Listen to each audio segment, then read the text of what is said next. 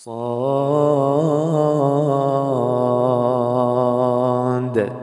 والقرآن ذي الذكر بل الذين كفروا في عزة وشقاق كم أهلكنا من قبلهم من قرن فنادوا ولا تحين مناص وعجبوا أن جاءهم منذر منهم وقال الكافرون هذا ساحر كذاب أجعل الآلهة إلها واحدا إن هذا لشيء عجاب وانطلق الملأ منهم أن امشوا واصبروا على آلهتكم إن هذا لشيء يراد ما سمعنا بهذا في الملة الآخرة إن هذا إلا اختلاق أأنزل عليه الذكر من بيننا بل هم في شك من ذكري بل لما يذوقوا عذاب أم عندهم خزائن رحمة ربك العزيز الوهاب أم لهم ملك السماوات والأرض وما بينهما فليرتقوا في الأسباب جند ما هنالك مهزوم من الأحزاب كذبت قبلهم قوم نوح وعاد وفرعون ذو الأوتاد وثمود وقوم لوط وأصحاب الأيكة أولئك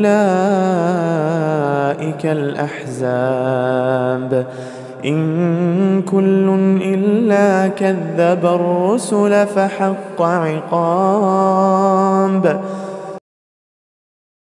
نحمده ونصلي على رسوله الكريم أما بعد فأعوذ بالله من الشيطان الرجيم بسم الله الرحمن الرحيم رب اشرح لي صدري ويسر لي أمري واحلل عقدة من لساني يفقهوا قولي واجعل لي وزيرا من أهلي صاد والقرآن ذي الذکر صاد حروف مقطعات بھی ہمیں پتہ ہے کہ متشابہات میں سے ہیں تو ہم اس پہ بہت زیادہ بات نہیں کریں گے صاد قسم ہے قرآن کی نصیحت والے یا قسم ہے قرآن کی ذکر والے قسم کھائی جا رہی ہے اور قرآن پاک کی ایک پرٹیکولر کوالٹی بتائی جا رہی ہے صاد and by the Quran which is full of dhikr or remembrance and the Quran which is the possessor of remembrance or dhikr or advice لفظ ذکر کو پہلے دیکھ لیتے ہیں جی ذکر کے ایک سے زائد معنی ہے پہلا معنی یاد دہانی کے معنی میں آتا ہے اسی لیے آپ دیکھیں کہ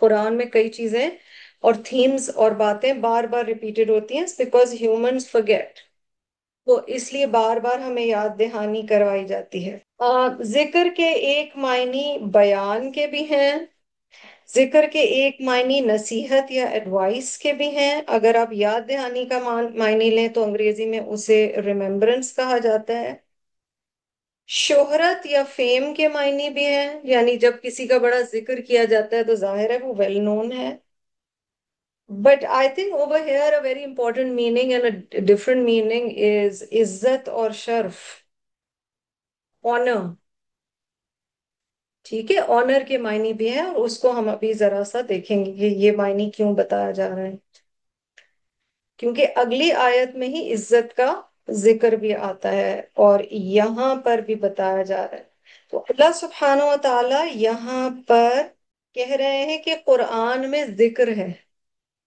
اور ذکر ہر اس چیز کا جو دنیا اور آخرت میں ہمیں فائدہ دینے والی ہے everything that benefits us in this world or the hereafter اور یہ ہمیں ذہن میں رکھنا ہے کہ نصیحت لفظ اگر ہم لیتے ہیں یا ایڈوائس لیتے ہیں تو انسان بھی نصیحت کرتے ہیں، اور قرآن بھی ہمیں نصیحت کر رہا ہے، واز کر رہا ہے۔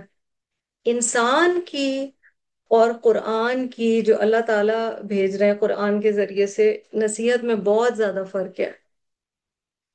انسان کی نصیحت جو ہے وہ ایک تو انسان کا علم لمیٹڈ ہے، ٹھیک ہے، وہ پوری سچویشن کئی دفعہ نہیں جانتا۔ آپ کسی سے بہت بھی، جسے آپ وائس سمجھتے ہیں، ایسے ہوتا ہے نا، فیملیز میں ہوتا ہے، آپ کا کوئی استاد ہوتا ہے، آپ کسی سے، اور کئی دفعہ آپ ان سے مشورہ لیتے ہیں، وہ بہت اچھا مشورہ دے دیتے ہیں، اور کئی دفعہ وہ ایسا مشورہ دیتے ہیں کہ آپ کہتے ہیں یار میں ان سے بہتر ایکسپیکٹ کر رہی تھی۔ ہم یہ بھول جاتے ہیں کہ وہ انسان ہیں، ان کی لمیٹیشنز ہیں، ٹھیک ہے، انہیں جتنا سمجھ آ سکتے ہیں وہ اتنا ہی بتا سکتے ہیں۔ ہماری امید زیادہ، اچھا رب جو وصیت کر رہا ہے، نصیحت کر رہا ہے، وہ بالکل فرق ہے۔ رب پوری پکچر جانتا ہے، کائنات کی پوری پکچر جانتا ہے، رب العالمین ہے۔ تو یہ ہم نے پہلے بھی بات کی تھی، عالمین میں میری اور آپ کی جو زندگی کا ایک سرکل ہے، ایک مدار ہے، ایک آربٹ ہے، رب تعالیٰ تو وہ بھی جانتے ہیں۔ یہ ہماری فیتھ کا حصہ ہے کہ اللہ تعالیٰ نے قرآن، جو ذکر والا قرآن ہے، اس میں جو باتیں کہی ہیں وہ رب تعالیٰ کو پتا ہے کہ آئی نیڈ ٹو نو دس۔ کتنی دفعہ میرے آپ کے ساتھ ہی ہوتا ہوگا کہ ہمیں لگے کہ یار یہ آج یہ والی آیت کہاں سے آ گئی، یا یہ بات کسی نے کیسے بول دی، اور میں اس بارے میں سوچ ہی رہی تھی اور مجھے اس کا جواب چاہیے ہی تھا، اور اللہ کی طرف سے کہیں سے جواب آ گیا۔ It's because bigger things are at play. It's because ہم ننھے مننے سے، ایک چھوٹے سے کیڑے سے بھی چھوٹے ہیں ان دا بگر اسکیم آف تھنگس۔ اللہ سبحانہ وتعالیٰ کو پتہ ہے ہم تک کیا پہنچانا ہے۔ تو یہ فیتھ ہونا، پھر انسان اور رب کی نصیحت میں اس لیے بھی فرق ہے کہ رب تعالیٰ کا جو محبت ہے اپنے بندے سے، اور جو خلوص ہے اور جو سنسیریٹی، انسان کے میں کبھی کچھ آ جاتا ہے، sometimes even with your real sibling, sometimes even with your spouse, sometimes even with the best of friends، آپ کا ایڈوائس تھوڑی سی کلاؤڈ ہو جاتی ہے بیکاز آف جو آپ کا لینس ہے، آپ نے زندگی کو کیسے دیکھا ہے، آپ پہ کیا گزری ہے، آپ کو اس شخص نے کبھی کوئی بات سنا دی تھی تو آپ وہ موقع جو ہے یوز کر لیتے ہیں to get back at that person. Allah کی ایڈوائز میں اور قرآن میں یہ سب کچھ نہیں ہے۔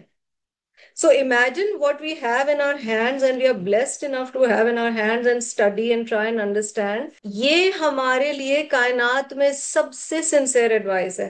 ہم کتنی دفعہ یہ بات کہتے ہیں، اسپیشلی جب وہ بزرگ ہو جاتے ہیں، بیمار ہو جاتے ہیں، یا اللہ نہ کرے دنیا سے چلے جاتے ہیں، ہم کہتے ہیں یار جو ماں باپ کا پیار ہے نا، وہ دنیا میں کسی کا نہیں، جتنے سنسیئر ماں باپ ہیں وہ کوئی نہیں ہے۔ اصل بات پتہ ہے کیا ہے؟ جتنے سنسیئر ہمارے لیے اللہ تعالیٰ نا، اتنی میری ماں بھی نہیں تھی، اتنا میرا باپ بھی نہیں تھا، اتنا میں بھی اپنی اولاد کے لیے نہیں ہوں، کیونکہ کہیں نہ کہیں میں بھی اپنے لینس سے دیکھ رہی ہوں اپنے اولاد کے لیے کیا اچھا ہے اور کیا برا ہے۔ کئی دفعہ بحیثیت والدین ہم بچے کی آخرت کی فکر کم کر رہے ہوتے ہیں، ہم اس کی دنیا کی فکر زیادہ کر رہے ہوتے ہیں۔ آ گیا نا مسئلہ یہاں پہ، میری اپنی ویژن بیچ میں آ گئی۔ والقرآن، کیونکہ واو قسمیہ ہے یہاں پہ، بائی دا قرآن، تو جر آ گیا آگے، تو والقرآنی ذکر۔ اب آپ دیکھیں کہ قرآن کے ذکر ہونے کی ہم بات کر رہے تھے، اور اس میں ایک معنی ہم نے نصیحت کا دیکھا، اور ایک معنی ہم نے شرف، عزت، مرتبے کا بھی دیکھا ہے، ٹھیک ہے۔ اس سے علماء نے ایک بڑی انٹرسٹنگ چیز نکالی ہے، اور وہ یہ ہے کہ جب قرآن، اگر ہم الذکر کے معنی وہ والے لیں، that it means honor, so then everything that gets connected with the قرآن، اس کی نسبت جب قرآن سے ہو جاتی ہے تو وہ بھی شرف والا ہو جاتا ہے۔ ہر وہ چیز، رمضان کا مہینہ شرف والا، مصحف، یہ جو آپ کے اور میرے ہاتھ میں، یہ بیسکلی مصحف ہے. ریئل قرآن تو ایک ڈیوائن نالج ہے نا. It's not actually tangible. ہم نے تو اپنی، کیونکہ انسان کی کمزوریاں ہیں تو اسے ہارڈ کاپی فارم میں ہم لے آئے ہیں، یا ہم سافٹ کاپی فارم میں اب پڑھتے ہیں آن لائن. یہ مصحف ہیں. یا کوئی حفظ کرتا ہے اور وہ اس کی تلاوت کرتا ہے. قرآن عزت والا، اس کا مہینہ عزت والا، روح القدس وہ فرشتہ جو قرآن کو لے کے آیا، جس نبی آخر الزماں اور رسول صلی اللہ علیہ وسلم پر نازل ہوا. No comparison. آپ دیکھ رہے ہیں ہاؤ اٹس لائک، جو بچپن میں ہم پارس پتھر کی کہانی پڑھتے تھے، king Midas touched everything it became gold. یہ بات ہمیں سمجھ آ گئی کہ قرآن بہت یونیک ہے. اور اس سے اب ہم کچھ احادیث دیکھتے ہیں. یہ حدیث آپ نے بہت دفعہ پڑھی ہے، اس کو آج اس روشنی میں دیکھیے. ان نبی صلی اللہ علیہ وسلم قال خیرکم من تعلم القرآن وعلمہ. The Prophet صلی اللہ علیہ وسلم said, the best amongst you are those who learn the Quran and teach it. تو قرآن پڑھنے والا اور پڑھانے والا، نہ صرف کہ وہ مومن ہے، وہ بیسٹ ہے. یہ ہم نہیں کہہ رہے، یہ نبی صلی اللہ علیہ وسلم نے کہا. ٹھیک ہے، بخاری کی حدیث. دیکھنے میں بہت سمپل ہے. اچھا، اس کو کس باب میں حدیث اسکالرز نے وہ لائے ہیں؟ کتاب فضائل القرآن، باب خیرکم من تعلم القرآن وعلمہ. ٹھیک ہے، اوکے، یہ ہمیں بات سمجھ آ گئی. اب یہ حدیث ہم دیکھتے ہیں، ابو داؤد کی حدیث ہے، بڑی پیاری حدیث ہے. اس میں رسول اللہ صلی اللہ علیہ وسلم فرماتے ہیں کہ ان من اجلال اللہ تعالی، it is out of glorification of Allah Almighty. یہ اللہ کا جلال بیان کرنے میں سے ہے، یا اللہ کا جلال پہچاننے میں سے. یعنی جو شخص اللہ کے جلال کو پہچانتا ہے، گلوریفائی کرتا ہے اللہ کو، اللہ جل جلالہ کو، وہ کن تین لوگوں کی عزت کرے گا؟ this شیبت المسلم، ٹو آنر دا گرے ہیئرڈ مسلم، سفید بالوں والا. اور یہاں پہ مراد صرف بالوں کا رنگ نہیں ہے، اسلام کے مزاج میں ہے کہ اپنے سے بڑی عمر والے کی عزت کی جائے. یہ ہمارے دین کا طریقہ ہے. وَحَامِلِ الْقُرْآنِ غَيْرِ الْغَالِ فِيهِ وَالْجَافِ عَنْهُ. And the bearer of the Quran، قرآن کا حامل. اب چاہے وہ فارملی پڑھا رہا ہے یا علم اس کے اپنے اندر ہی ہے، اس کے اندر علم ہے. یہاں حفظ کی بات نہیں کی گئی ہے. ٹھیک ہے، وہ بھی ایک علم ہے، ظاہر اس کا بھی عزت ہے، لیکن حامل القرآن آپ لوگ خود سمجھ سکتے ہیں، جو قرآن اٹھا کر چلتا ہے. غیر الغالی فی، یعنی نہ وہ قرآن میں غلوف کرتا ہے. who neither exaggerates concerning the Quran والجافی عن، neither neglects it، نہ وہ اس سے اعراض برتتا ہے. ایسا جو حامل قرآن ہے، اس کی عزت اور تکریم کرنا اللہ کی گلوریفیکیشن کا ڈائریکٹ امپیکٹ ہوگا. تیسرا، وَإِكْرَامِ ذِي السُّلْطَانِ الْمُقْسِطِ، and to honor the just ruler. جو عدل کرنے والا رولر ہے، اس کی عزت. تو بزرگ حامل قرآن جو نہ غلوف کرتا ہے اور نہ اعراض برتتا ہے قرآن سے، اور عادل حکمران، ان کی عزت اللہ سبحانہ و تعالیٰ کی تعریف اور جلال بیان کرنے والا شخص کرے گا ہی کرے گا. اور یہ حدیث ابو موسیٰ الاشعری رضی اللہ عنہ سے روایت ہے. آپ دیکھ رہے ہیں قرآن کے امپیکٹس کس طرح سے آنا شروع ہوتے ہیں. ہم نے آج ہی بات کی، صحابہ میں لیولز تھے، اسی طرح پڑھنے پڑھانے والوں میں بھی قرآن میں لیولز ہوتے ہیں. ان کے ڈپینڈ کرتا ہے آن their sincerity, their ilm, their amal, and most importantly their taqwa. That's what it depends on. اس میں ریلیٹڈ ہیں ایک دو چیزیں میں آپ کو بتا دیتی ہوں. کہ مثلا ہم ایک لفظ استعمال کرتے ہیں تدبر، یعنی دبر سے، یعنی پیچھے پڑ جانا قرآن کے معنی کی. ٹو پونڈر، ٹو ریفلیکٹ، اپنے عمل کے لیے آپ چیزیں سیکھ رہے ہیں قرآن سے. قرآن کا علم کتنا ضروری ہے، کیوں؟ اس کی وجہ سے جتنا علم ہوگا اتنا زیادہ کسی کا لیول بھی ہوگا. حسن البصری یہ تابعین میں سے بہت اہم ہیں، ان کا قول میرے سامنے ہے.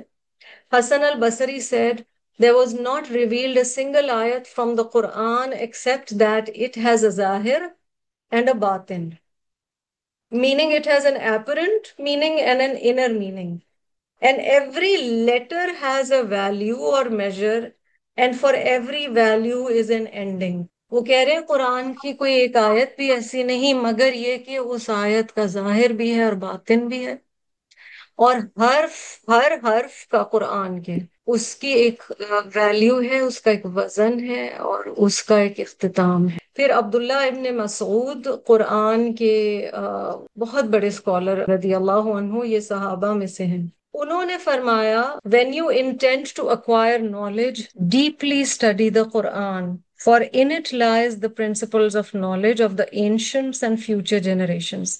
جب تم علم حاصل کرنے کا ارادہ کرو تو قرآن کو گہرائی سے پڑھو، کیونکہ اسی میں اصول ہیں علم کے، پچھلی امتوں کے بھی اور آگے آنے والی نسلوں کے بھی ہیں. حسن بن علی رضی اللہ عنہ، نبی صلی اللہ علیہ وسلم کے گرینڈ سن امام حسن، انہوں نے فرمایا the people before you considered the Quran to be correspondence from their Lord.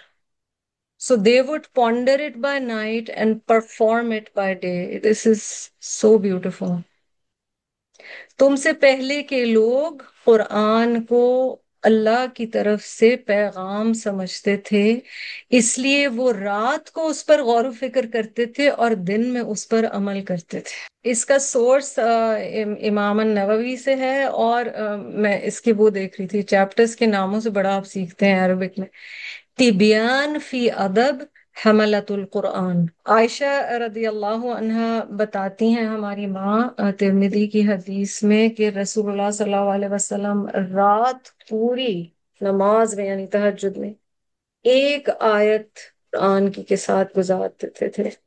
امام ابن تیمیہ کہتے ہیں whoever contemplates, that is does tadabbur upon the Quran with the condition of seeking guidance from it, then the path of truth will be made clear. یہ عقیدہ الواسطیہ میں جو کوئی قرآن پر تدبر اس نیت کے ساتھ کرے کہ اس سے ہدایت حاصل کرے تو اس کے لیے حق کا راستہ واضح ضرور کر دیا جائے گا. اب آپ دیکھیں کہ کس طرح قرآن کے ساتھ تعلق سے انسان کی عزت میں اضافہ ہوتا چلا جاتا ہے، شرف میں اضافہ ہوتا چلا جاتا ہے. یہ سمجھنا کیوں ضروری ہے؟ ہم کئی دفعہ خود کو اور اس کام کو جو ہم کر رہے ہیں پڑھنے کا پڑھانے کا بڑا ہلکا لیتے ہیں. یہ والی حدیث رسول اللہ صلی اللہ علیہ وسلم کی، یہ حفاظ کے لیے بھی ہے اور ویسے بھی ہے. It shall be said to the companion of the Quran, recite of what you have memorized and rise up, recite as you would recite in the world, for indeed your rank shall be at the last ayah you recite. قرآن کے حامل کو یا قرآن صاحب قرآن کو کہا جائے گا تلاوت کرتے جاؤ اور اوپر چڑھتے جاؤ، یعنی آخرت کے لیے بتایا جا رہا ہے. تم اس طرح سے قرات کرتے جاؤ جس طرح تم دنیا میں قرات کیا کرتے تھے. تمہارا درجہ وہاں ہوگا جہاں تم آخری آیت تلاوت کرو گے. جتنی آیتیں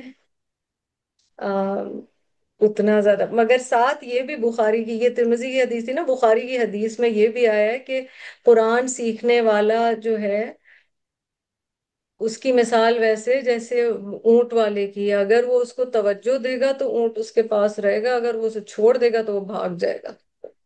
ہابلڈ کیمل کی بات آتی ہے، ٹھیک ہے. اور قرآن تھامنا، پھر قرآن کو فتنے کے دور میں تھامنا. اور یہ بھی بتایا گیا کہ آخرت کی نشانیوں میں سے ہے کہ لوگ قرآن کی سمجھ آہستہ آہستہ ختم ہونا شروع ہو جائے گی. استغفر اللہ، اللہ ہمیں ان میں سے نہ بنائے. تو قرآن کے ذریعے جو شرف ہے نا، اور قرآنی ذکر ذکر والا قرآن، یاد دہانی والا قرآن، اور قرآن کے اعتبار سے پھر مثلا صحابہ میں سے، ابھی تو میں نے آپ کو بیسک کیٹیگریز بتائی تھی نا کرونولوجیکل، لیکن صحابہ کی کیٹیگریز میں وہ بھی ہیں مثلا جو حفاظ صحابہ ہیں، وہ ہیں جو لکھ سکتے تھے، وہ جو کاتبین حدیث تھے، یعنی they were the scribes of the حدیث، the scribes of the Quran. um, یہ ساری باتیں بتائی گئی ہیں ہمیں. اب آپ ابن ماجہ کی یہ والی حدیث آپ نے سنی ہوگی. The Prophet صلی اللہ علیہ وسلم said Allah has his own people among mankind. نبی صلی اللہ علیہ وسلم فرماتے ہیں اللہ کے اپنے اہل ہیں انسانوں میں سے. یہ شڈرز ہوتے ہیں یہ سن کے. They said, O Messenger of Allah, who are they? کون ہیں اہل اللہ؟ He said, the people of the Quran, the people of Allah and those who are closest to him. اہل القرآن، اہل اللہ، اور وہ جو اس سے سب سے قریب ہیں. یہ ابن ماجہ کی حدیث ہے. آپ کو پتہ ہے جب احد میں شہادتیں ہوئی ہیں، اور آپ کو پتہ ہے کہ کتنے مسلمان شہید ہوئے، اس میں سچویشن ایسی تھی کہ کپڑے اتنا نہیں تھا احد کے بعد، کفن کا مٹیریل اتنا نہیں تھا کہ سب کو الگ الگ کفن ملے یا سب کو الگ الگ قبر ملے. تو ایک سے زائد صحابی کو بھی ایک قبر میں کیا گیا ہے. تو جو بخاری میں آتا ہے نا، حضرت جابر بن عبداللہ بتاتے ہیں کہ نبی صلی اللہ علیہ وسلم دو دو احد کے شہداء کو، میں سوچتی ہوں ان لوگوں کا کیا کمپینین شپ تھی آخرت میں بھی اور برزخ میں بھی، کہ دو دو جو شہداء تھے وہ ایک کفن کے ٹکڑے میں باندھے جاتے تھے. اور پھر آپ صلی اللہ علیہ وسلم پوچھتے تھے ان میں سے کس کو زیادہ قرآن آتا تھا، اور پھر جس کو کہا جاتا تھا اس کو قبر میں پہلے ڈالا جاتا تھا اور دوسرے کو اس کے بعد ڈالا جاتا تھا. پھر اگین امام النووی کی تبیان الادب فی حملۃ القرآن میں عبداللہ بن مسعود ہی سے یہ والی روایت بھی ہے. The bearer of the Quran should be known by his night when the people are sleeping, by his day when people are awake, by his sadness when people are joyous, by his weeping when people are laughing. قرآن کا حامل جانا جانا چاہیے اپنی رات سے جب کہ لوگ سو رہے ہوں، یعنی وہ رات میں کیا کرتا ہے، اپنے دن سے جب لوگ جاگے ہوئے ہوں، اپنی اداسی سے جب اس کے ارد گرد سب لوگ خوش ہوں، اپنے رونے سے جب لوگ ہنس رہے ہوں. حامل قرآن ایک ڈپریسڈ انسان نہیں ہے، مگر وہ زندگی سے آخر کا بھی آگے کا بھی دیکھ رہا ہے. ہم جب کئی دفعہ بات کرتے ہیں نا رمضان کے بعد، اور ہم ارادے کرتے ہیں، ہم بہت سارے ارادے کرتے ہیں اور کہتے ہیں کہ بس اب سے ہم ایسے کریں گے. یہ آخری حدیث، اور پھر ہم تفسیر پہ چلتے ہیں دوبارہ. ابو داؤد کی حدیث، اور یہ صحیح حدیث ہے، کہ نبی صلی اللہ علیہ وسلم نے فرمایا کہ اگر کوئی رات کے وقت ریگولرلی 10 آیات تلاوت کرتا ہے تو وہ غافلین میں نہیں لکھا جائے گا. اگر کوئی رات کو نماز پڑھتا ہے اور 100 آیات تلاوت کرتا ہے تو وہ قانتین میں لکھا جائے گا. اور اگر کوئی رات کو 1000 آیات تلاوت کرتا ہے تو اس کا تو کوئی حساب ہی نہیں اجر کا. The Prophet ﷺ said, if anyone prays at night reciting regularly 10 verses, he will not be recorded among the negligent. If anyone prays at night and recites 100 verses, he will be recorded among those who are devout to Allah. And if anyone prays at night reciting 1000 verses, he will receive an immeasurable amount of reward. یہ سوچ طلب بات ہے نا کہ قرآن جس کو چھوتا ہے، جس کو یہ ہمیں جاننا کیوں ضروری ہے، اس کا اس تفسیر سے کیا تعلق ہے. ذکر میں وہ لوگ بھی ہیں جو قرآن پڑھا رہے ہیں، وہ عام لوگوں جیسے نہیں ہوتے. انہیں ہر ایک جیسا ہونا ضروری نہیں ہے. اور آپ دیکھیں شیطان کہاں پر ہمیں ٹچ کرتا ہے جا کے. شیطان چاہتا ہے کہ مطلب دل میں ایک جو سب سے بڑا ڈر ہوتا ہے نا جب آپ قرآن پر عمل کرنے کی کوشش شروع کرتے ہیں، کہیں میں مس فٹ نہ ہو جاؤں. سب جیسے ہیں میں ویسا نہیں رہی تو پھر کیا ہوگا؟ کچھ نہیں ہوگا. اللہ تعالیٰ اپنے جیسوں سے ملا دیتا ہے. یہ فیتھ کی بات ہے. So it is important to understand this. اب ہم پھر پہلی آیت کی طرف آتے ہیں جی. صاد والقرآن ذی الذکر. تو یہ ذکر والا قرآن ہے. اور ذکر یعنی اگر ہم یاد دہانی کے معنی میں دیکھیں تو کیا چیز؟ مطلب ایک طرح سے مکہ کے لوگوں کو کہا جا رہا ہے کہ جی حجت تمام ہو گئی، تمہیں ذکر دے دیا گیا ہے، ہمیں سارا کچھ اس قرآن میں بتا دیا گیا ہے. اب دیکھتے ہیں کہ لوگ اس کو رسپانس کیا دیتے ہیں. اور یاد دہانی کے معنوں میں ریمائنڈر، ذکر کس چیز کی یاد دہانی؟ reminding us of the instinctive recognition of the ultimate truth that Allah is our only creator. اور حق کیا ہے، اور اس دنیا کے بعد بھی ایک زندگی ہے، یہ ریمائنڈر بار بار قرآن ہمیں دیتا ہے. اچھا، جو ابھی ہم عزت و شرف کی بات کر رہے تھے نا، سورت زخرف میں بھی اسی معنی میں ایکچولی آیا ہے. اور پھر میں نے آپ کو کہا تھا بیان کے معنی میں، تو سورت الانبیاء کی آیت 10 میں بیان کے معنی میں آیا ہے، لیکن تھوڑا یونیک میننگ تھا شرف والا، تو اس صورت میں ہم نے اس کو سمجھنے کی کوشش کی. اگلی آیت کی طرف چلتے ہیں جی. بل الذین کفروا فی عزت و شقاق. Surely the disbelievers are in sheer arrogance and perverseness. وَإِزَّةٌ عین زازا یہاں پر روٹ ہے، اور شقاق پھٹنے کے معنی میں شین قاف قاف یہاں پر روٹ ہے. اچھا آپ دیکھ رہے ہیں تنوین آ رہا ہے، تنوین آ رہی ہے دونوں پر. تنوین یا تو تحقیر کے معنی میں آتی ہے، لغت ازداد ہے نا عربک، تو تنویر یا تو شدت دے دیتی ہے کسی چیز کو، یا تحقیر کے معنی میں آتی ہے کم کر دیتی ہے. ٹھیک ہے. اب عزت یہاں پر جو آ رہا ہے، یہ عزت ایکچولی عزت وہ والی نہیں جس طرح ہم عزت کو سمجھتے ہیں.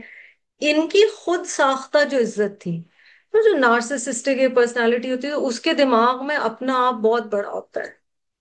یہ وہ والی عزت یہاں پر بتائی جا رہی ہے. ٹھیک ہے. that they were arrogant، کبر کے معنی میں ہے.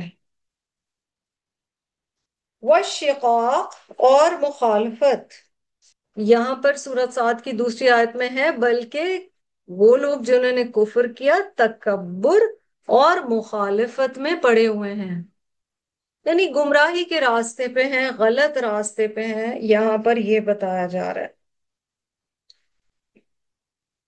اور جس میں کبر ہوتا ہے نا، وہ دین نہیں سیکھ سکتا، وہ حق ایکسپٹ نہیں کر سکتا. اس کو جب اس کی جو سوچ ہے یا مرضی ہے اس کے خلاف کوئی چیز بتائی جاتی ہے، this person can't unlearn to learn.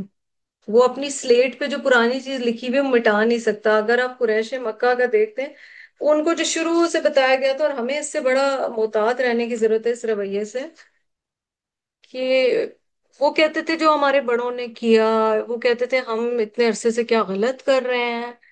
تو جو نرمی ہے، اسی لیے یہاں پر عزت کا لفظ آیا، اور یہاں عزت جو ہے وہ ذلت کے معنی میں ہے، کہ ان کی اصل میں یہ اپنے آپ کو تو بڑا عزت والا سمجھتے ہیں، لیکن ان کی ذلت اسی میں ہے. وہ عزت، وہ اب تکبر میں اور شقاق میں پڑے ہوئے ہیں. تو یہاں پر رب تعالیٰ بتا رہے ہیں کہ ان کی یہ خود ساختہ بڑائی انہیں کوئی فائدہ نہیں دے گی. عزت عربک میں کہتے ہیں جی وہ حالت جو اپنے اوپر مغلوب ہونے سے بچائے. To be in a state where nobody can take over you. تو ایک طرح کا انسان کے لیے ایروگنس ہی ہو گیا نا. یہاں پر وہ والی بات بتائی جا رہی ہے کہ اللہ سبحانہ و تعالیٰ نے ان کو قرآنی ذکر بھیجا ہے، نبی ان کے پاس بھیجا ہے، لیکن یہ اپنی ایروگنس کی وجہ سے حق بات کو مان کر نہیں دے رہے.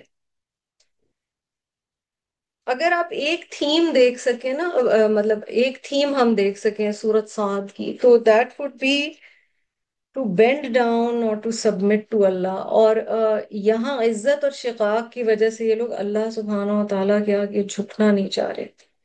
کم اہلکنا من قبلہم من قرن فنادوا ولات حین مناس. کتنی ہی ہلاک کی ہم نے، اب دس از دا رائل وی، اللہ تعالیٰ اپنی بات کریں کہ ہم نے کتنی ہی ہلاک کی ان سے پہلے قوموں میں سے، من قرن. اچھا یہاں قریہ کا ذکر یا شہر کی بات نہیں آئی، یہاں لفظ قرن آ رہا ہے. اور قرن میں ایگزیکٹلی پتہ نہیں ہوتا، یا یہ جب اللہ تعالیٰ کہہ رہے ہیں نا کم، اس کا مطلب ہے اللہ نے کتنی ہلاک کی ہمیں تو کبھی نہیں پتا چلے گا. مجھے اور آپ کو چاہے جتنا بھی ڈیموگرافکس دیکھ لیے جائیں، ہسٹورینز حساب لگا لیں، we will never actually know how many humans of earth lived before us. کتنے لوگ ہلاک ہوئے. جتنے بھی سوشل سائنٹسٹ ریسرچرز بیٹھ کے کر لیں، ہم اس وقت بھی نہیں بتا سکتے. ہمیں پاکستان کی لگ بھگ آبادی پتہ ہے، ابھی ایک دو دن پہلے ورلڈ پاپولیشن ڈے گزرا ہے، ہمیں لگ بھگ آبادی پتہ ہے. ہمیں ایگزیکٹ آبادی نہیں پتا because not everybody even registers. کم اہلکنا من قبلہم من قرن، کتنی جنریشنز اللہ نے ہلاک کی ہیں، کتنی قومیں ہلاک کی ہیں. اور قرن جنرلی کہتے ہیں یا تو ایک جنریشن یا ایک نسل کے لیے یہ لفظ استعمال ہوتا ہے، یا سینچری کے لیے، 100 years کے لیے. سو a period of time. اہلکنا میں روٹ جی ہا لام کاف ہے. قرن کا تو ظاہر ہے آپ کو پتا ہے کہ کیا ہے. اچھا یہاں پر آ رہا ہے فنا دو، ندا کا لفظ آتا ہے نا آواز دینے کے لیے، تو نون دال واو وہاں پر روٹ ہے. وَلَاتَ، یہ جو لاتا ہے نا یہ لا ہی تھا. سرٹن ڈائلیکٹس جو عربک کے اس زمانے کے تھے ان میں مبالغے کے لیے، ایگزیجریشن کے لیے یا تاکید کے لیے، سٹریس دینے کے لیے تا کی ایڈیشن ہے.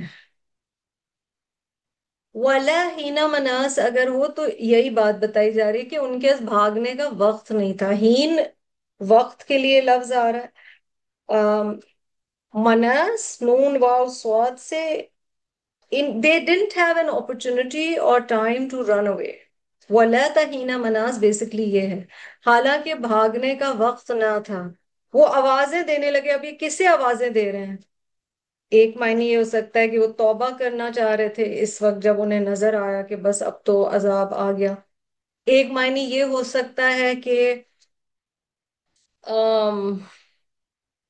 وہ گڑ گڑانے لگ گئے اللہ سبحانہ و تعالیٰ کے سامنے، لیکن نہ بھاگنے کا وقت ملا نہ بھاگنے کی جگہ ملی. ٹھیک ہے، دونوں چیزیں ان کو نہیں ملی. وَلَا تَحِينَ مَنَاس، اللہ سبحانہ و تعالیٰ یہاں پر یہ بتا رہے ہیں حالانکہ وہ روئے گڑ گڑائے پریویس ڈسٹرائڈ نیشنز.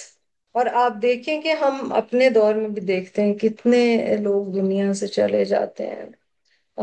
ہمیں کسی کے بارے میں نہیں پتا کسی کا اینڈ کا ٹائم کیا تھا، کیا کیفیت تھی. نہ ہمارا بنتا ہے کہ ہم کسی پر کامنٹ کریں. تو اللہ سبحانہ و تعالیٰ نے یہاں پر بتایا ہے کہ ایک تو دیکھیں شروع کی آیات میں کفار مکہ کے تکبر، نبی صلی اللہ علیہ وسلم کی مخالفت کا ذکر، قرآن کی تعریف.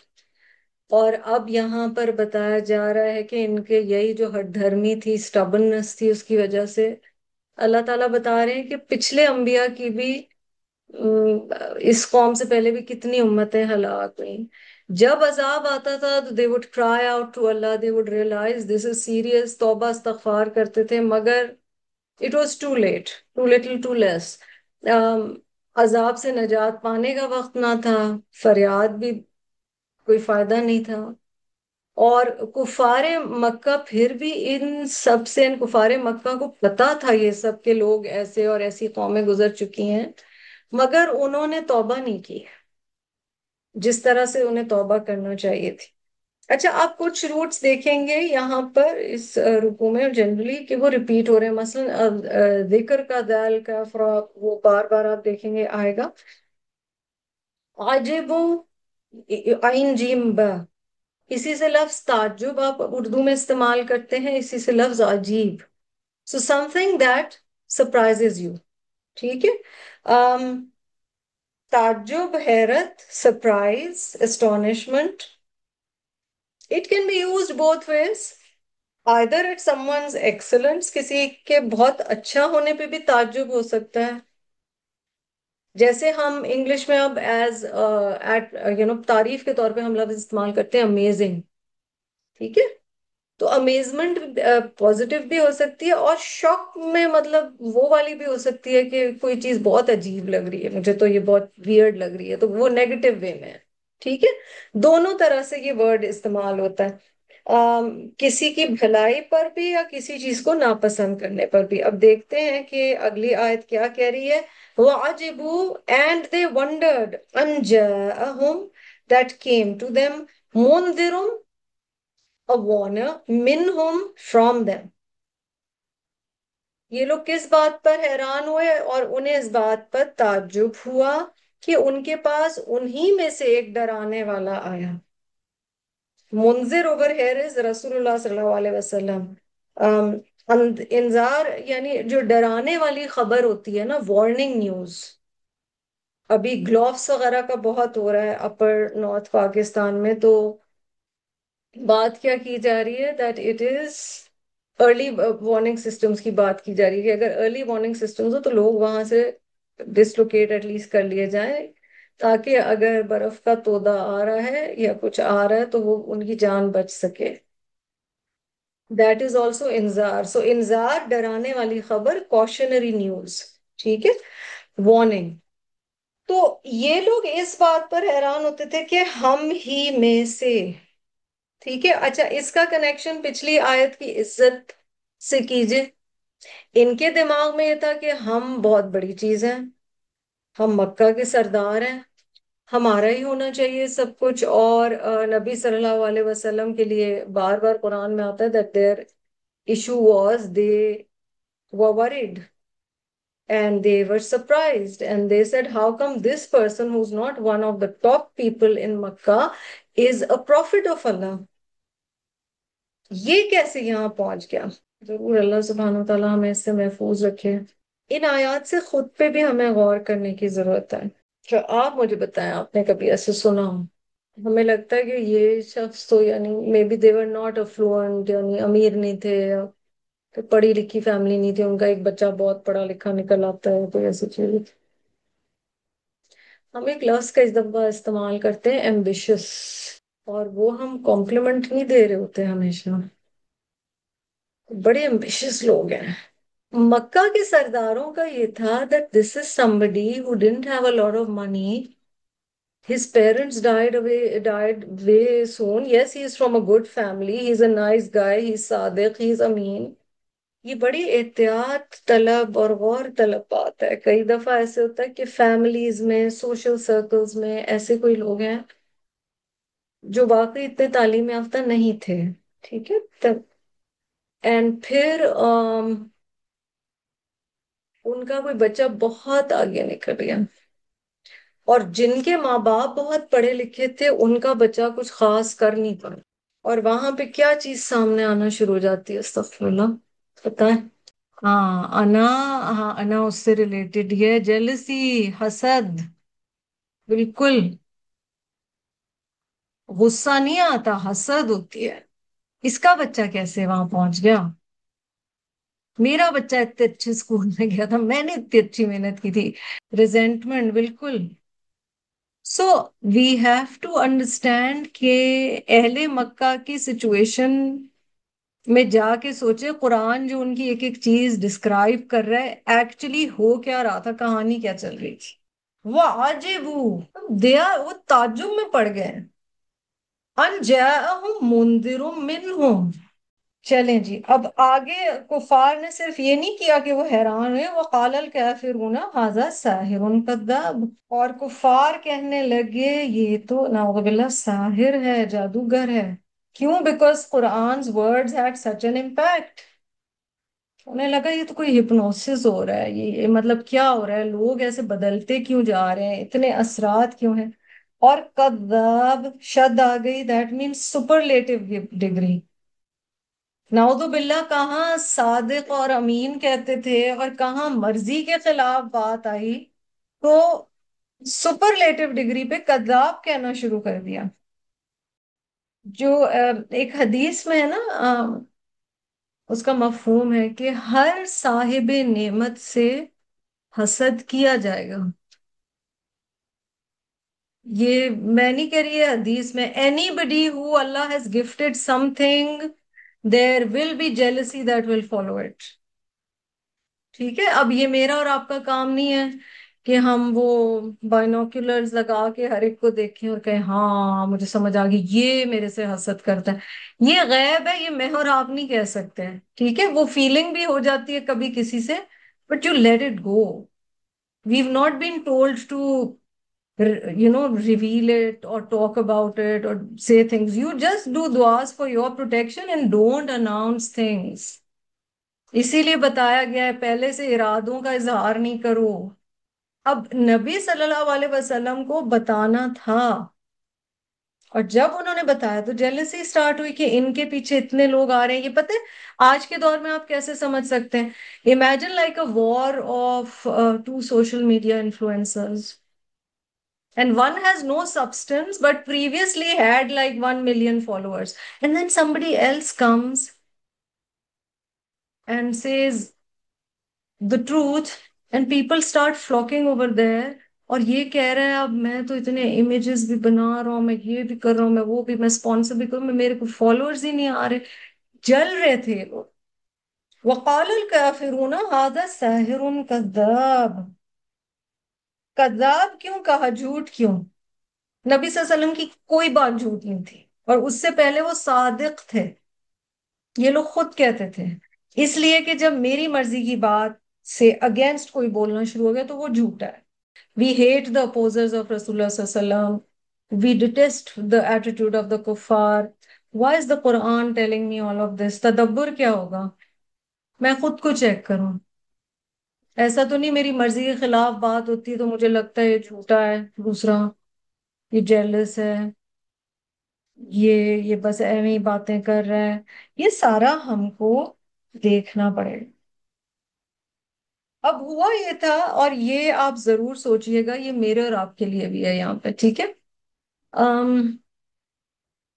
بہت سارے الہ تھے ان کے، reduced to one.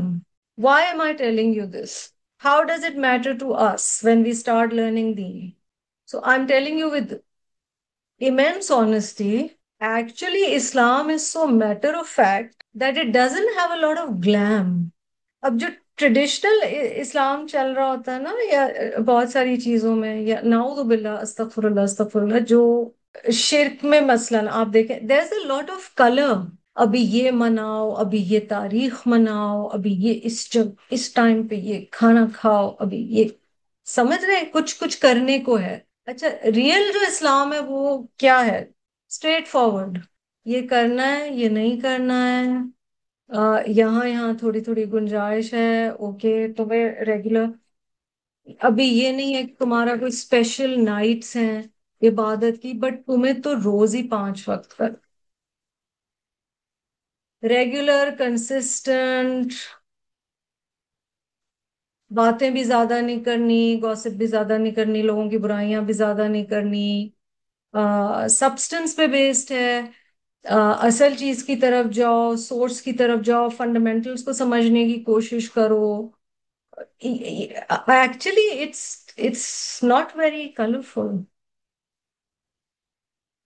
ٹھیک ہے. اچھا، ہم نے شروع قرآن میں پڑھا تھا صبغت اللہ، اللہ کا رنگ، اور اللہ کے رنگ سے اچھا کس کا ہے.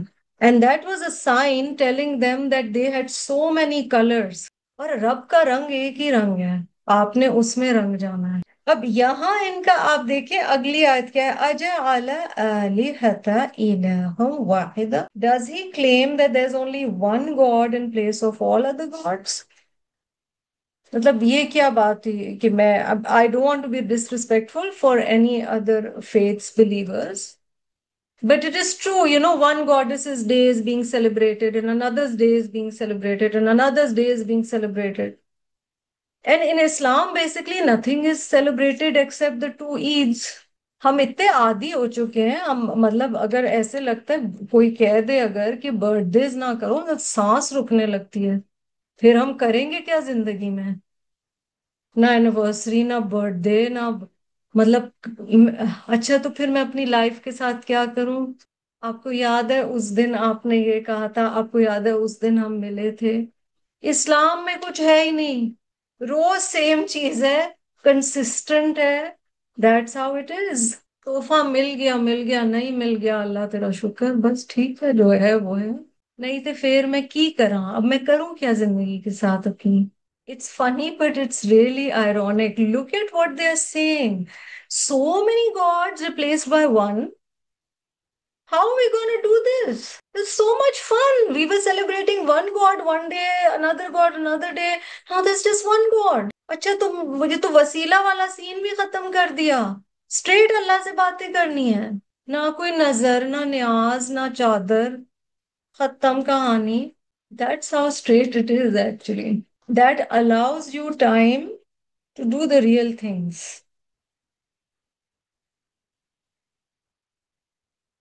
کیا بنا لیے ہیں اس نے، یا بنا لیا ہے اس نے تمام الہوں کی جگہ ایک الہ؟ نبی صلی اللہ علیہ وسلم کہہ رہے ہیں اگین آئین جیم با والا روٹ آ رہا ہے، ان ھذا لشیء عجاب. سپرلیٹو ڈگری، عجیب کہنے سے بھی ان کا نہیں بن رہا نا، عجاب. بہت ہی اسٹرینج باتیں کر رہے ہیں. This is too weird. How can we replace so many gods with one? یا اس نے بہت سارے خداؤں کو ایک خدا کر دیا؟ بے شک یہ ضرور بڑی ہی عجیب بات ہے. وَانْطَلَقَ الْمَلَأُ مِنْهُمْ أَنِ امْشُوا وَاصْبِرُوا عَلَىٰ آلِهَتِكُمْ. اور ان میں سے جو سردار تھے وہ یہ کہتے ہوئے چل پڑے. اب دیکھیں قرآن is so beautiful، ایک literally سینیریو بنایا جا رہا ہے. ٹھیک ہے کہ پھر کیا ہوا، what was the next thing. کذاب والی بات ساری آ گئی. اب الہ کا روٹ حمزہ لام ہا ہے، ون طلقہ طا لام قاف، لفظ طلاق. اسی سے الملأ میم لام حمزہ comes for leaders. When something fills up, that is where this root is used. امشو میم شین یا روٹ ہے. وَاصْبِرُوا عَلَىٰ آلِهَتِكُمْ إِنَّ هَٰذَا لَشَيْءٌ يُرَادُ. اور ان میں سے جو سردار تھے وہ یہ کہتے ہوئے چل پڑے کہ اے لوگو تم بھی چلے جاؤ اور اپنے معبودوں پہ ڈٹے رہو. ان ھذا لشیء یراد، بے شک اس بات میں کوئی ارادہ شامل ہے. ٹھیک ہے اب میں بتاؤں یہاں کیا کہا جا رہا ہے. we'll have to understand. And it's a very interesting ayat even to apply on our lives. Their leaders went about or go about or went about saying, pay no heed, stand firm in the service of your God. Indeed, this is a thing surely intended. اچھا آخری حصہ آیت 6 کا پہلے لو آپ. ٹھیک ہے ان کو یہ سمجھ آ گیا تھا کہ نبی صلی اللہ علیہ وسلم ارادہ کر چکے ہیں. یہ جو یہ بات کہہ رہے ہیں نا اس سے یہ ہٹیں گے نہیں، پختہ ارادہ ہو چکا ہے. یا ان کے ذہن میں دوسری تفسیر یہ بھی کی گئی ہے ان ھذا لشیء یراد کی، کہ انہوں نے کہا کہ ضرور کوئی ارادہ ہے، کوئی غرض ہے محمد صلی اللہ علیہ وسلم کی، نعوذ باللہ. یعنی maybe he wants to rule, maybe he wants some financial gain. So that's one interpretation, but the more the primary or the more well not primary for some, but uh, the first interpretation that comes to mind is that they had understood that Prophet sallallahu alaihi wasallam will be very firm on this. وہ ارادہ اس چیز کا کر چکے ہیں. اچھا جب آپ کو پتہ چل جاتا ہے کہ کوئی کسی چیز کا ارادہ کر چکا ہے اور وہ اس سے ہٹے گا نہیں، تو شروع میں تو آپ کوشش کرتے ہیں دوسرے کو سمجھانے کی، کچھ کہنے کی. اس کے بعد آپ گیو اپ کر دیتے ہیں اور آپ کہتے ہیں اچھا بھائی جو ہم کر رہے ہیں ہم کرتے رہیں گے. جو تم کر رہے ہو تم کرو، اور اسی لیے لکم دینکم ولی دین والی بات تھی۔ انمشو واسبرو علی آلیہتکم۔ چلو چلو یہاں سے اس کی بات نہیں زیادہ سنو اور اپنے الہوں پہ جمے رہو، ٹھیک؟ اوکے، ہمیں بات سمجھ آ گئی۔ How does this impact us in today's world, or how what do we learn from it, from for ourselves as Muslims trying to practice؟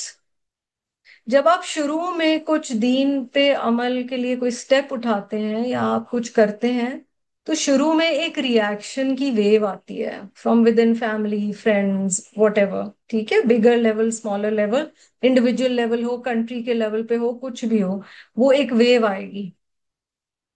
Eventually کیا ہوگا؟ اگر اگلے کو سمجھ آ گیا انا ھذا لشیء یراد، یہ اس نے نہیں ہلنا، اب یہ پکی ہو گئی ہے اس پہ، تو ورس کم ورس کیا ہوگا؟ وہ اپنی چیزوں پہ جمے رہیں گے، much as you would want that they also come around this side, maybe they will, maybe they won't, you keep trying and keep praying, but you don't give up what you are doing.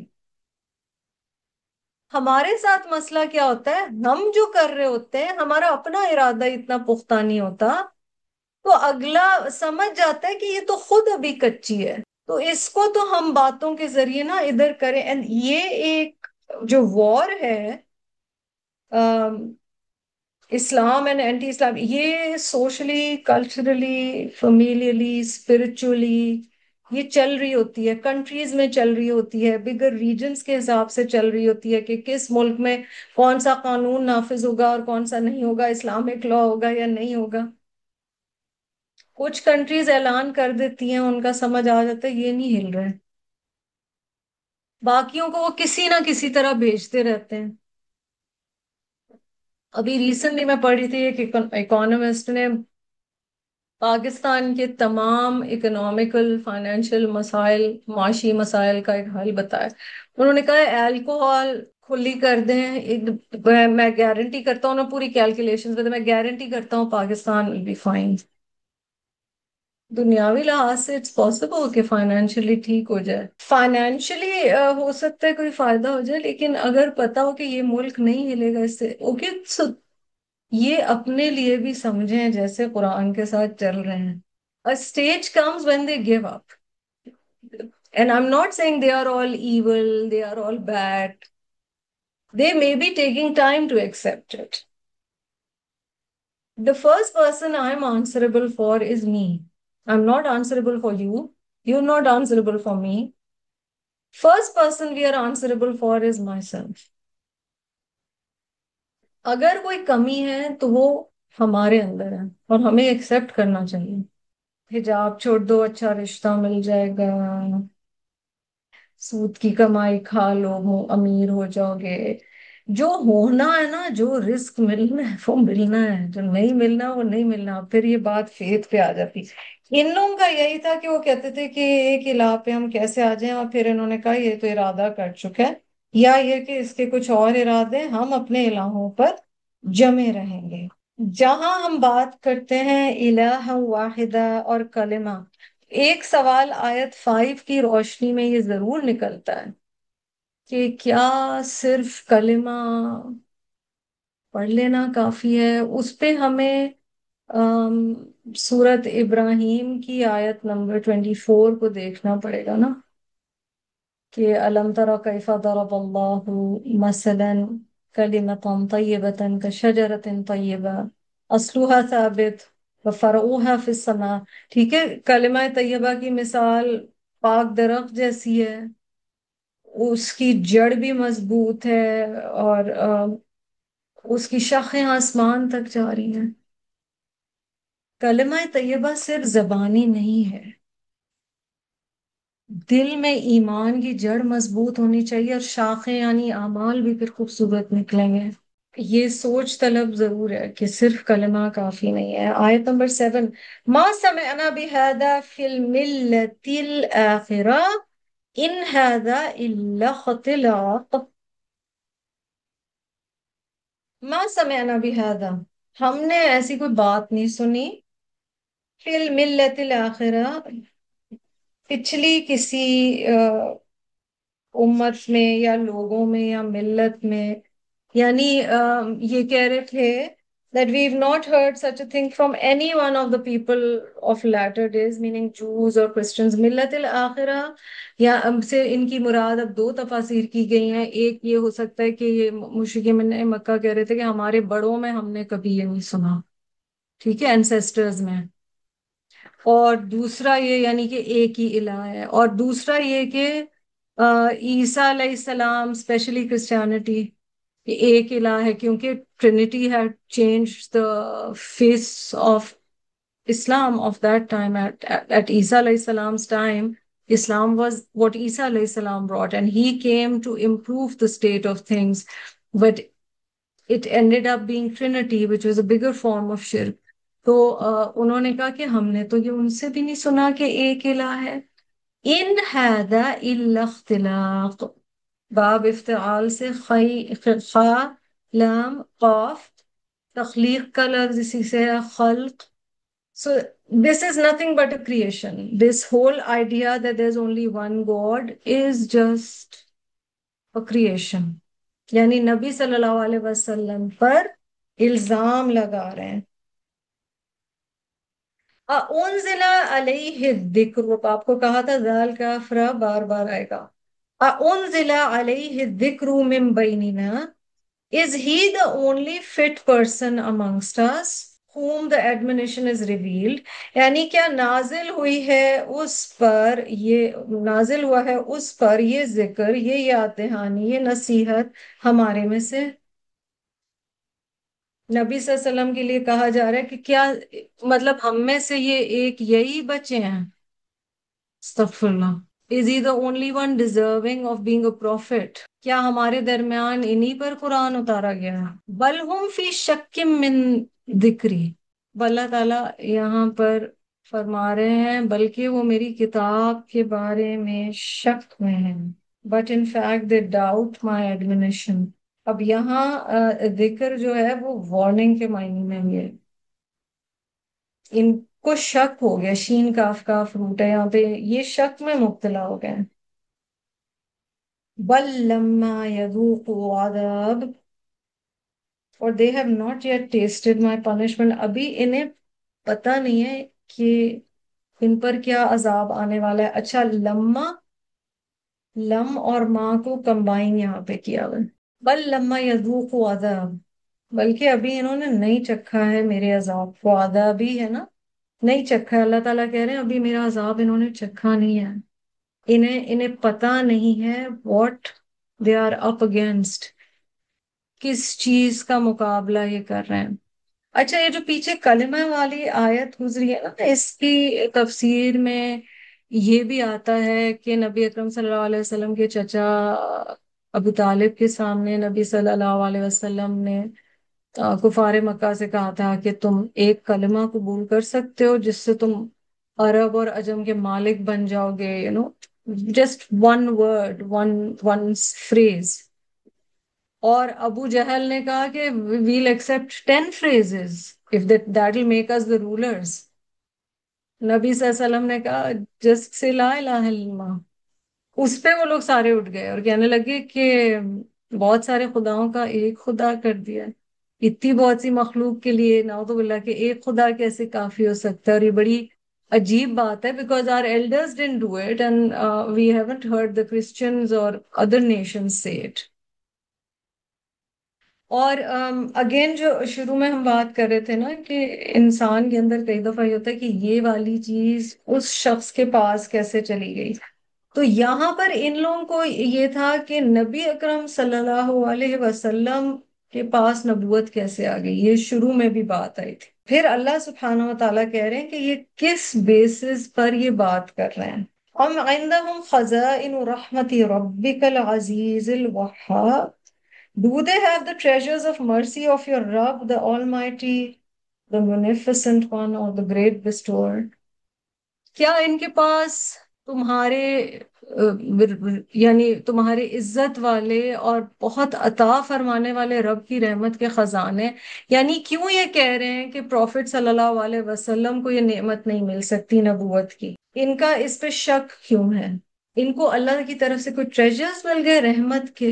Have they been Swarn Allah's mercy؟ اور پھر اللہ سبحانہ و تعالیٰ کی جو نام اور پھر جو کوالٹیز یہاں بتائی گئی ہیں آیت 9 میں، ان پہ غور کیجیے. سو فلفلر آف آل نیڈس، اور العزیز، عزت والا رب، کیونکہ ان کی ساری کہانی ہی عزت کی ہے. پیچھے آیا ہے نا، عزت اور شقاق میں تھے. دا آلویز آل مائٹی، عزت والا، طاقت والا، قدرت والا رب، اور بہت عطا فرمانے والا. یہاں وہاب کیوں کہا گیا؟ یہ یہاں پر وہی والا روٹ ہے نا، ہم دعا کرتے ہیں ربی حبلی، تو یہاں بھی وہی روٹ ہے کہ اللہ سبحانہ و تعالی کی طرف سے جو بہت عطا فرمانے والے ہیں، وہ جسے چاہے عطا فرمائے. یہ کون ہوتے ہیں کہنے والے کہ اس کو ملنا چاہیے اور اس کو نہیں ملنا چاہیے؟ اللہ تعالیٰ پھر کہہ رہے ہیں ام لہم ملک السماوات والارض وما بینہما، یعنی یا کیا ان کے لیے آسمانوں اور زمین اور جو کچھ ان کے درمیان ہے سب کی سلطنت ہے، ملک ہے؟ Are they the owners of the heavens and the earth and whatever is between them? Do they have the treasures of the mercy of your Rabb, the Almighty, the great bestower? Uske baad, or do they have this sovereignty over the heavens and the earth and all that lies between them? Who are they to make such claims, to have misgivings about Allah subhanahu wa ta'ala's decisions? اور پھر اللہ تعالیٰ انہیں challenge کرتے ہیں فَلْيَرْتَقُوا فِي الْأَسْبَابِ, so they should ascend with the means. فَلْيَرْتَقُوا را قافیہ سے ہے، ٹھیک ہے؟ ہم ترقی کا لفظ اردو میں استعمال کرتے ہیں. وی آلسو سے رقیہ، دم کرنے کے لیے، ٹھیک ہے؟ اینڈ اس کے معنی آلسو ہوتے ہیں to climb upward slowly gradually step by step with hard work, آہستہ آہستہ محنت کے ساتھ، مشقت کے ساتھ اوپر کی طرف چڑھنا. اسی لیے لفظ ترقی آتا ہے. اچھا، ایکچولی بڑا اچھا لفظ ہے. انسٹنٹ ترقی نہیں ہوتی. ترقی کا جو ریئل میننگ ہے وہ یہ آہستہ آہستہ محنت کے ساتھ، مشقت کے ساتھ. اللہ تعالیٰ کہہ رہے ہیں کہ پھر یہ چڑھ جائیں، ایسے مقام پہ چڑھ جائیں جہاں نعوذ باللہ ان کی بات اللہ تعالیٰ ماننے لگ جائیں. چیلنج ہے بیسیکلی اہل مکہ کو. اور اسباب سین با با سے ہے، سبب، سیڑھی جس طرح سے ہوتی ہے نا. سو دا مینز ٹو این اینڈ. فَلْيَرْتَقُوا فِي الْأَسْبَابِ، پھر تو انہیں چاہیے کہ رسیوں کے ذریعے چڑھ جائیں. If so, let them ascend by means, by any means. جو یہ مینز استعمال کر سکتے، مینز ٹو این اینڈ، یہ استعمال کر لیں. اگر اللہ سبحانہ و تعالیٰ کی بات کو یہ نیچا دکھا سکتے ہیں تو دکھا دیں. تو یہاں پر رب تعالیٰ بتا رہے ہیں کہ ان کے بس میں کچھ بھی نہیں ہے. جند ما ہنالک مہزوم من الاحزاب، یہ لشکروں میں سے ایک مہزوم لشکر ہیں جسے جہاں شکست دے دی جائے گی. مہزوم، مہزوم کا کیا معنی؟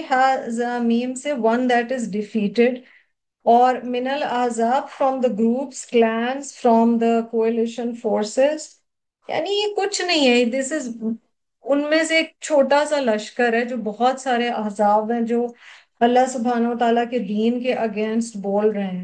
اور اس کی تفسیر میں یہ بتایا گیا ہے کہ یہ پروبیبلی ہنٹ تھی ٹورڈز بدر، کیونکہ بدر میں انہوں نے ہارنا تھا تو بدر کی طرف اشارہ کیا جا رہا تھا. سورت قمر میں ایز ریفرنس آپ آیات 44 to 46 دیکھ لیجئے گا، ریفرنس لکھ لیں، وہاں پر اس کا زیادہ پتہ چل جائے گا. ٹھیک ہے؟ تو اللہ تعالیٰ فرما رہے ہیں کہ their faction is no more than an army who will be beaten right here. So this is in Meccan era. پہلے سے بتایا جا رہا ہے کہ یہ ہاریں گے اور انہیں ہرایا جائے گا. تو وارننگ دی گئی ہے، یا تو بدر کی کچھ کا خیال ہے، ہو سکتا ہے فتح مکہ کی بات کی جا رہی، but they will be defeated. محزوم، حازمیم، اور احزاب کا روٹ حزبا، جند جس کا پلورل جنود ہے جی، اس کا روٹ بھی وہی ہے. کچھ اگزامپلز دی گئی ہیں ان پراؤڈ پریویس جنریشنز کی، کیونکہ اللہ سبحانہ و تعالیٰ نے بات کی ہے نا کہ اور یہ لوگ بھی بات کرتے تھے کہ ملت الآخرہ، تو اللہ تعالیٰ نے کچھ ملت الآخرہ کے اگزامپلز یہاں پہ دیے ہیں. کذبت قبلهم قوم نوح وعاد وفرعون ذو الأوتاد. Before them the people of Nuh, Ad and Fir'aun, the person or the possessor of states, denied their prophets. یعنی پہلی دفعہ نہیں ہو رہا کہ پروفٹ آف اللہ کو کہا جا رہا ہے کہ ہم آپ کی بات نہیں مانتے، یہ تو ہوتا آیا ہے۔ اوتاد کہتے ہیں ووڈن پیگز کو، لوہے کی یا خاص طور پہ لکڑی کی موٹی کیلیں۔ اور فرعون کو ذل اوتاد یعنی possessor of nails and stakes کیوں کہا گیا، اس کے تین ریزنز بتائے جاتے ہیں جی۔ اور اوتاد کا واو تا دال ہے روٹ۔ پہلی چیز کہ فرعون کی آرمیز اتنی بڑی ہوتی تھی when he would travel کہ ان کے ٹینٹس کو آپ کو پتہ ہے بٹھانے کے لیے نیلز کے ذریعے سے ٹھونک ٹھونک کے وہ خیمے بنائے جاتے تھے، تو وہ ایک ریزن ہو سکتا ہے کیونکہ اتنی بڑی آرمیز تھیں۔ A lot of pegs were used to set up their tents. Second معنی لیا گیا ہے کہ we don't even know what kind of pegs he used because if you see at the pyramids، اب آپ اہرام مصر پہ اگر آپ نظر کریں انسان واقعی حیران رہ جاتا ہے۔ It has been one of the wonders of the world کہ اس زمانے میں یہ کس طرح بنایا گیا۔ اس کی ایجپٹولوجی میں جو اگر آپ آرکیٹیکچر کا دیکھیں کہ کس طرح سے پتھر کاٹے گئے ہیں، کس طرح سے انہیں لٹرلی لگتا ہے کہ کوئی جن مدد کر رہے تھے یا کیا تھا۔ تو اتنی زبردست بلڈنگز کی وجہ سے بھی ذل اوتاد کا نام دیا گیا۔ اور آخری ریزن یہ کہ حد سے زیادہ ظلم کرتا تھا، لوگوں کے ہاتھ میں کیلیں ٹھوکتا تھا، جیسے کروسیفکشن کا سین اپنے ذہن میں لائے نا، صلیب چڑھنے کا، تو اس وجہ سے۔ اچھا آپ نوٹ کریں گے ان آیات میں، آیت 11 12 13 14 میں لاسٹ ورڈ دیکھتے جائیں، بہت اسٹرانگ ورڈز استعمال کیے گئے ہیں، احزاب، اوتاد، احزاب، عقاب، and there is also a rhythm، اور یہ اللہ تعالیٰ کی شان ہے، مکی صورتوں کی خاص ایک پہچان ہے۔ وَثَمُودُ وَقَوْمُ لُوطٍ وَقَوْمُ لُوطٍ وَأَصْحَابُ الْأَيْكَةِ أُولَئِكَ الْأَحْزَابُ، یعنی تم صرف نہیں ہو، کہا گیا نا کہ تم ایک جند ہو بہت سارے احزاب میں سے، یہ بھی تو دیکھو کتنی بڑے بڑے احزاب پیچھے گزرے ہیں۔ So did Samud, the people of Lut علیہ السلام and those of Aika، یہ مدین کے لوگوں کی طرف اشارہ ہے، all divided themselves into factions، یعنی سب ایک گروپس میں جمع ہو گئے تھے یا کوئلیشن فورسز بن گئی تھی۔ ہم آج کے دور میں بھی دیکھتے ہیں نا مسلمانوں کے خلاف کیا ہو رہا ہے، یا کئی مسلمان خود کیا کر رہے ہیں، اور ہم سوچتے ہیں کبھی یہ ظلم ختم ہوگا بھی یا نہیں۔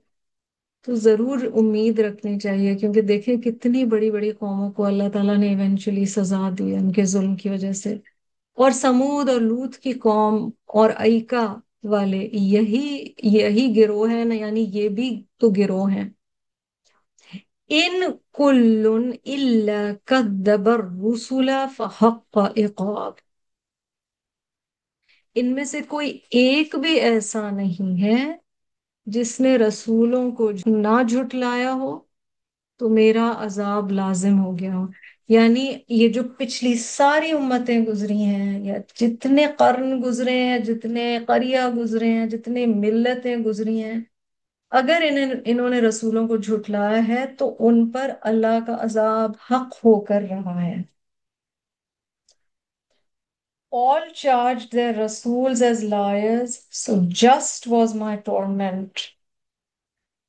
From the face of the earth they were annihilated.